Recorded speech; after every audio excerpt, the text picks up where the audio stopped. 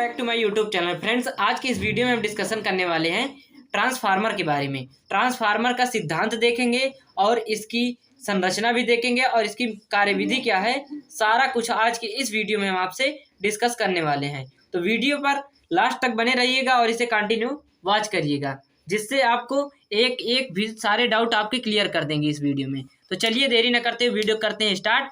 और अगर आप हमारे चैनल पर पहली बार आए हुए हैं तो चैनल को सब्सक्राइब करके बेल आइकन प्रेस कर दीजिएगा, जिससे हमारे हर एक वीडियो की नोटिफिकेशन आप तक पहुंचती रहे। तो चलिए वीडियो करते हैं स्टार्ट। सबसे पहले देखते हैं ट्रांसफार्मर आखिर किस सिद्धांत पर कवर करता है। सबसे पहले इसका देखेंगे सिद्धांत। तो ये सिद्धांत किस सिद्धांत पर काम करता है? अन्योन्य प्रेरण के। तो अन्योन्य प्रेरण के सिद्धांत पर आधारित वह युक्ति है, मतलब ऐसा माध्यम है जो प्रत्यावर्ती वोल्टेज मतलब अल्टरनेटिंग करंट को परिवर्तित कर देता है, मतलब चेंज कर देता है, या तो कम कर देता है या तो ज़्यादा कर देता है। इस डिवाइस को क्या कहते हैं? ट्रांसफार्मर कहते हैं। ठीक, ट्रांसफार्मर कितने टाइप के होते हैं? दो टाइप के होते हैं। नंबर एक अपचाई ट्रांसफार्मर और दूसरा उच्चाई ट्रांसफार्मर। अब चलिए देखते हैं कि आखिर अपचाई ट्रांसफार्मर क्या होता है।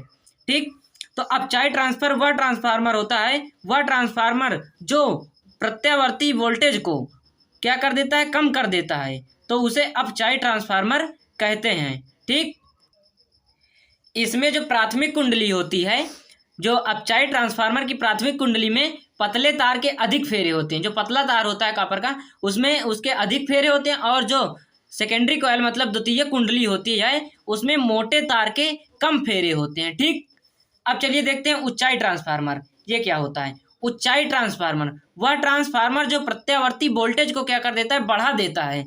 ये क्या करता था? ये कम कर देता था, और ये बढ़ा देता है, इंक्रीज कर देता है। उसे कहते हैं उच्चाई ट्रांसफार्मर। ठीक, और उच्चाई ट्रांसफार्मर की प्राथमिक कुंडली में, इसमें क्या था? प्राथमिक कुंडली में पतले तार के अधिक फेरे थे, इसमें मोटे तार के अधिक फेरे होंगे, और द्वितीय कुंडली में पतले तार के कम फेरे होंगे। ठीक, दोनों में आपको अंतर समझ में आ गया होगा। अब चलिए इसकी संरचना देखते हैं। संरचना में क्या कहा गया है? ट्रांसफार्मर के मुख्य तीन भाग होते हैं। नंबर एक पटलित क्रोड। ठीक, और द्वितीय प्राथमिक कुंडली हो जाएगी और द्वितीय कुंडली हो जाएगी। Primary coil, secondary coil. अब इसके आगे देखते हैं कि इनके बारे में अब डिटेल से बात करते हैं। यहाँ पर आपको दिखाना चाहेंगे इसका कुछ फिगर इस प्रकार से। ट्रांसफार्मर का फिगर ऐसे बनाना है, और यहाँ पर देखिए स्टेप अप मतलब उच्चाई ट्रांसफार्मर। उच्चाई ट्रांसफार्मर की ये प्राइमरी कॉइल है। इसमें देखिए यहाँ पर इसके जो तांबे के तार हैं, इसमें जो फेरों की संख्या कितनी है? कम है। और सेकेंडरी कॉइल में फेरों की संख्या कितनी है? ज़्यादा है। तो ये कौन सा ट्रांसफार्मर होगा? उच्चाई ट्रांसफार्मर होगा। और यहाँ पर देखिए ये क्या है? स्टेप डाउन मतलब अपचाई होगा। ठीक, तो इसमें क्या है? जो प्राइमरी कॉइल होगी, इसमें बताया था पहले ही कि इसमें जो फेरों की संख्या होगी तो वो ज़्यादा होगी, और सेकेंडरी कॉइल में क्या होगी? कम होगी, मतलब जो द्वितीय कुंडली होगी उसमें फेरों की संख्या कम होगी। और ट्रांसफार्मर का फिगर आपको कुछ इस प्रकार से बनाना है। यहाँ पर देखिए इस प्रकार से, यहाँ से क्या होगा? ये एसी मेंस है, मतलब यहाँ से न्यूएसी प्रत्यावर्ती जो अल्टरनेटिंग करंट है यहाँ से जाएगा अंदर ट्रांसफार्मर के, और ये सेकेंडरी कॉइल है। यहाँ पर ये प्राइमरी कॉइल है, सेकेंडरी कॉइल है, और यहाँ से क्या होगा? यहाँ से इसका आउटपुट करंट निकलेगा, मतलब बाहर करंट निकलेगा। ठीक, चलिए अब आगे बात करते हैं इसके। अब देखते हैं इसकी जो संरचना है। सबसे पहली संरचना में क्या हेडिंग थी? पटलित क्रोड। पटलित क्रोड क्या होते हैं? पटलित क्रोड बनाने के लिए नर्म लोहे की आयताकार पत्तियों को लेकर विद्युत रोधी पदार्थ वार्निश की तह देकर आवश्यक मोटाई का बना लिया जाता है। ऐसा करने से क्या होता है? जो क्रोड होता है उसका प्रतिरोध क्या हो जाता है? घट जाता है, कम हो जाता है, रेजिस्टेंस उसका कम हो जाता है। ठीक, अब देखते हैं प्राथमिक कुंडली क्या होती है और द्वितीय कुंडली क्या होती है। यहाँ पर देखिए जिस कुंडली के सिरों में प्रत्यावर्ती वोल्टेज आरोपित किया जाता है, अर्थात इसका मतलब क्या है कि जिस कुंडली के सिरों में क्या अल्टरनेटिंग करंट लगाया जाता है उसे कहते हैं प्राथमिक कॉइल, प्राथमिक कुंडली, और जो दूसरी कॉइल होती है उसको कहते हैं सेकेंडरी कॉइल। ठीक, अब देखते हैं इसकी कार्यविधि। जब प्राथमिक कुंडली के सिरों में मतलब प्राइमरी कॉइल के सिरों में, यहाँ पर फिगर में देखिएगा, यहाँ देखिए जब क्या किया जाता है, ये प्राइमरी कॉइल है, प्राइमरी कॉइल ये है, और इसके सिरों में यहाँ से जब इसमें क्या किया जाता है? करंट फ्लो कराया जाता है, मतलब प्रत्यावर्ती एसी करंट क्या किया जाता है? लगाया जाता है। तो कुंडली में धारा बहने लगती, तो इस कुंडली में यहाँ से क्या है, धारा का फ्लो होने लगता है, आई का, ठीक, करंट आई का फ्लो होने लगता है। और कुंडली के प्रथम अर्धचक्र में, मतलब अब ये मतलब जो ये कुंडली होगी ये मूव करेगी, मतलब इसके जो प्रथम अर्धचक्र में फर्स्ट हाफ सर्कल में जो क्रोड की दिशा, क्रोड एक दिशा में होगा, मतलब कुंडली और जो क्रोड होगा वो एक ही दिशा में होंगे। और द्वितीय अर्धचक्र में सेकेंड हाफ सर्कल में क्या होगा, जो क्रोड होगा वो विपरीत दिशा में हो जाएगा, विपरीत दिशा में चुंबकित हो जाता है, जिससे क्रोड में परिवर्ती चुंबकीय क्षेत्र उत्पन्न हो जाता है, ठीक। इसके फलस्वरूप क्या होता है, द्वितीय कुंडली से, जो द्वितीय कुंडली आपकी होगी यहाँ पर, इसमें ये सेकेंडरी कॉइल है, इसमें क्या होगा, बद्ध चुंबकीय फ्लक्स के मान में परिवर्तन होने लगेगा। यहाँ से क्या होगा, इस ये सेकेंडरी कॉइल में चुंबकीय फ्लक्स के मान में परिवर्तन होने लगेगा, ठीक, जिससे क्या होगा, इस कुंडली में प्रेरित धारा बहने लगेगी। यहाँ से लगाएंगे हम इसमें अल्टरनेटिंग करंट AC, तो इसमें क्या होगा, प्रेरित हो जाएगी वही जब इसमें बद्ध चुंबकीय फ्लक्स के मान में परिवर्तन होगा सेकेंडरी कॉइल में, तो इसमें क्या हो जाएगा कि प्रेरित धारा बहने लगेगी, ठीक। अब यदि प्राथमिक, तो इतनी मान लीजिए आपकी कार्यविधि यहाँ तक हो गई, ठीक। यहाँ से अब इसको क्या करना है, फार्मूले का डेरिवेशन करना है। यदि प्राथमिक कुंडली में फेरों की संख्या क्या हो, NP हो, और द्वितीय कुंडली में फेरों की संख्या NS हो, तब इसको आगे कैसे सॉल्व करना है वो देखिए। अब इसके बाद देखिए यहाँ पर क्या कहा गया, फैराडे की विद्युत चुंबकीय प्रेरण के नियम से, यहाँ से किसका नियम काम करेगा, फैराडे का। तो यहाँ लिखेंगे फैराडे के विद्युत चुंबकीय प्रेरण के नियम से, ठीक। तब फैराडे के नियम क्या कहता है, अब मान लीजिए अभी हमने बताया था कि जो वो फेरों की संख्या क्या होगी, NP होगी, और द्वितीय कुंडली में फेरों की संख्या क्या होगी, NS होगी। तो यहाँ पर फैराडे के नियम से हो जाएगा EP इज इक्वल टू क्या हो जाएगा, -NP इंटू d∅dt, ठीक। फैराडे का नियम क्या था, यही तो था। और उसके बाद यहाँ हम मान लेंगे इसको इक्वेशन नंबर 1, ठीक।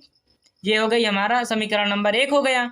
अब इसके बाद अब से द्वितीय कुंडली के लिए क्या हो जाएगा, ES बराबर हो जाएगा, ES बराबर क्या हो जाएगा, -NS इंटू d∅dt हो जाएगा। इतना समझ में आया। अब इसके आगे कैसे सॉल्व करना है, अब यहाँ देखिए ये क्या हो गया, समीकरण आपका 2 हो गया। अब यहाँ देखिए समीकरण 1 व समीकरण 2 से, ठीक, भाग, यहाँ क्या करेंगे, डिवाइड कर देंगे एक दूसरे को। तो यहाँ पर क्या हो जाएगा, यहाँ समीकरण 2 से क्या करेंगे, फर्स्ट को डिवाइड करेंगे, ठीक। तो यहाँ हो जाएगा ES upon EP is equal to क्या हो जाएगा, ये क्या हो जाएगा, एक दूसरे से ये कैंसिल हो जाएंगे, और ये माइनस से क्या, माइनस कैंसिल हो जाएगा। तो ये बचेगा क्या, NS अपान NP, ठीक। इतना समझ में आया। अब इसको मान लेंगे हम समीकरण 3। अब इसके बाद क्या करना है, अब यहाँ पर देखिए अगर इसमें जो क्या होगा, प्राथमिक कुंडली मतलब प्राइमरी जो कॉइल होगी उसका जो रेजिस्टेंस हो 0 हो, और जो सेकेंडरी कॉइल हो वो क्या हो, ओपन हो, मतलब खुली हो, तब क्या होगा, जो ये EP है, जो EP ऊपर था, तो ये किसके बराबर हो जाएगा, VP के बराबर हो जाएगा। और जो ES है, ES ये किसके बराबर हो जाएगा, VS के बराबर हो जाएगा, ठीक। तब समीकरण 3 से देखिए, समीकरण 3 से, ठीक। अब यहाँ पर क्या करेंगे, देखिए समीकरण 3 में क्या कहा गया था, ES upon EP is equal to, यहाँ पर क्या है, ये जो EP और ये किसके बराबर है, VP के बराबर है, ES किसके बराबर है, VS के बराबर है। तो कि इसके हम लिख देंगे यहाँ क्या, VS अपान VP, ठीक। अब ये किसके बराबर था, ये जो मतलब EP अपान ES, देखिए यहाँ पर देखिए NS अपान NP के बराबर था, तो ये क्या है, इसके बराबर है। तो मतलब ये भी क्या हो गया, इसके बराबर ही होगा। तो हम यहाँ पर लिख देंगे NS अपान NP, ठीक। ये क्या हो जाएगा, समीकरण आपका 4 बन जाएगा। अब इसके आगे क्या करना है, इसको यहीं पर स्टॉप करते हैं, ठीक है। अब इसके आगे क्या करना है, देखिए यदि प्रारंभिक कुंडली में जो मतलब प्राथमिक कुंडली थी उसमें बहने वाली धारा कितनी हो, मतलब यहाँ पर लिख देते हैं प्राथमिक कुंडली में बहने वाली धारा क्या हो, IP हो, और द्वितीयक कुंडली में बहने वाली धारा क्या हो, IS हो। ठीक, IS हो। तब क्या होगा, अब जब इनको संतुलन की स्थिति में लाएंगे तो जो निवेशी जो शक्ति होगी वो निर्गत शक्ति के क्या हो जाएगी, बराबर हो जाएगी। निवेशी शक्ति किसके बराबर हो जाएगी, निर्गत शक्ति के, निर्गत शक्ति के। ठीक, अब इसके बाद निवेशी शक्ति में क्या है,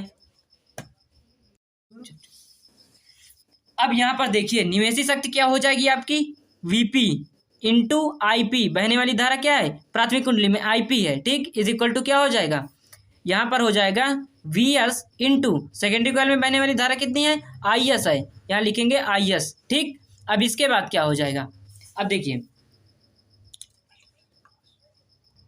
अब इसके बाद क्या करेंगे, इसको यहाँ पर ये IS है तो ये इधर आ जाएगा और ये VP इधर चला जाएगा डिवाइड में। ठीक, तो यहाँ पर लिख लेंगे IP अपान क्या हो जाएगा, IS हो जाएगा। ठीक, इज इक्वल टू क्या हो जाएगा, VS अपान ये VP इधर चला आएगा, ये हो जाएगा VP। ठीक, इसको मान लीजिए समीकरण 5। ठीक, अब इसके बाद क्या करना है, आपका फार्मूला प्रूफ हो गया। जो समीकरण एक ऊपर देखा था आपने, समीकरण 4, यहाँ पर देखिए ये मतलब ES upon EP is equal to क्या, VS upon VP is equal to NS upon NP है। तो यहाँ पर क्या कह रहा है, यहाँ 5वां समीकरण देखिए आप, यहाँ पर कह रहा है IP upon IS is equal to VS upon VP, मतलब ये जो VS अपान VP है ये किसके, IP अपान IS के इक्वल है। तो यहाँ पर क्या रख देंगे, IP अपान IS रख देंगे सिर्फ। और यहाँ पर देखिए ये पद ये वाली वैल्यू ये मैच कर रही है। ठीक, तो यहीं पर हम क्या रखेंगे, इसी को रखेंगे। तो यहाँ से हमारा बन के क्या आएगा, ES अपान EP, यहाँ पर देखिए ES upon EP is equal to हो जाएगा VS अपान VP। ठीक, इज इक्वल टू क्या हो जाएगा, यहाँ पर देखिए अब VS अपान VP किसके इक्वल है, ये इक्वल है IP अपान IS के। ठीक, तो इसलिए हम अभी यहाँ पर इसी को रखने वाले हैं। ठीक, तो यहाँ से NS अपान NP भी है, तो NS अपान NP भी हमने रख लिया। ठीक, अब ये जो VS अपान VP किसके इक्वल है, IP अपान IS के, तो यहाँ पर लिख देंगे IP अपान IS। ठीक, यहीं से ये पूरा फार्मूला आपका प्रूफ हो जाता है। ठीक, तो आई होप आपको ये समझ में आ गया होगा। तो चलिए मिलते हैं अब नेक्स्ट वीडियो में।